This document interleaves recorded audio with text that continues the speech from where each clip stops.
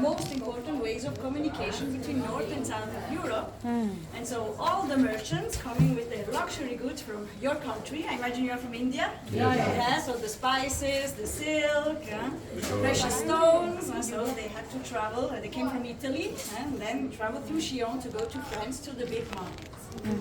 And so, of course, to go through, they had to pay taxes. So it was an important toll road, and thanks to all that money, then later such a big and beautiful castle could be built, and most of it was in the 13th century. So for you, it's today about 750 years old. And it was built by one of the most important dynasties in European history, the Savoy family, that later became kings in Italy.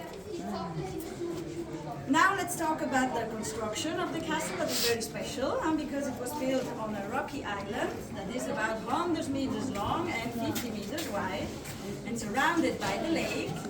And as this rock had an oval shape, the castle had to be built with the same form. And normally a Savoy castle has a square form, but here it was not possible. And finally, this special shape allowed to split the castle in two parts or two functions.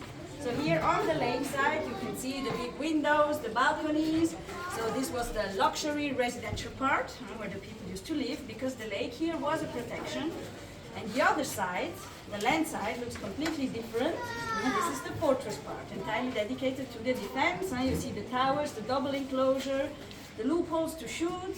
And so nobody used to live here, and this was only for defense. Inside the castle, 4 courtyards. Here you saw the first one.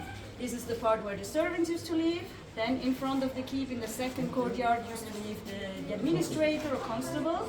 He was in charge of everything during the whole year, because the Savoy lords, they had many castles, and they only came in summer for a few weeks. It was a summer residence for them, and when they were here, they used to stay in the third courtyard behind the keep. And this was the courtyard of honor.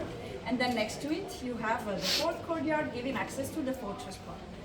So we're going to see all of this during this visit, but first now we go down to see the darkest and most mysterious part of the castle. Okay, thank you.